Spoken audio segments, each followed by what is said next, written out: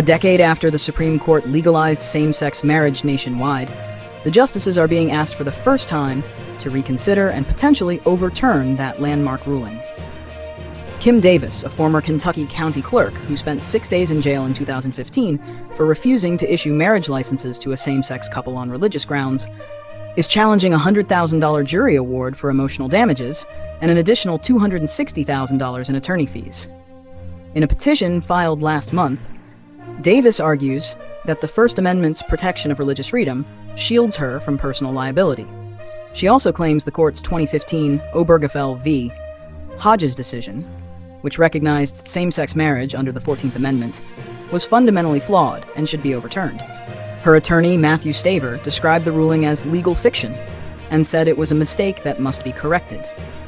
This petition is believed to be the first formal attempt since 2015 to directly challenge Obergefell, and Davis is one of the few people with legal standing to do so. Staver argues that Davis's case is of exceptional importance, noting she was the first person in U.S. history jailed for adhering to her religious beliefs about marriage. However, lower courts have rejected her arguments. Earlier this year, a federal appeals panel ruled she could not use the First Amendment as a defense because her actions represented state authority, which the amendment does not protect. In 2015, Davis was the sole official authorized to issue marriage licenses in Rowan County.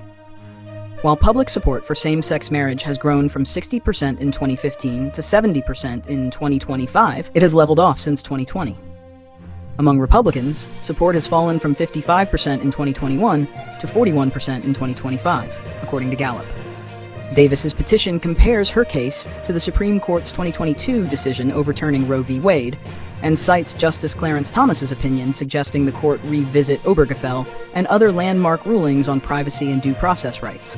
Legal experts see her chances as slim. Conservative scholar Josh Blackman believes the court's majority may prefer to let similar challenges develop in lower courts before revisiting the issue. The Supreme Court will review Davis's petition in a private conference this fall. If accepted, the case could be argued in spring 2026 and decided by June that year. If rejected, the lower court ruling will remain in place, leaving Obergefell untouched. Legal analyst Sarah Isker doubts the court will take up the case as a direct challenge to same-sex marriage, suggesting it would more likely come through a different legal context involving non-traditional marriage arrangements.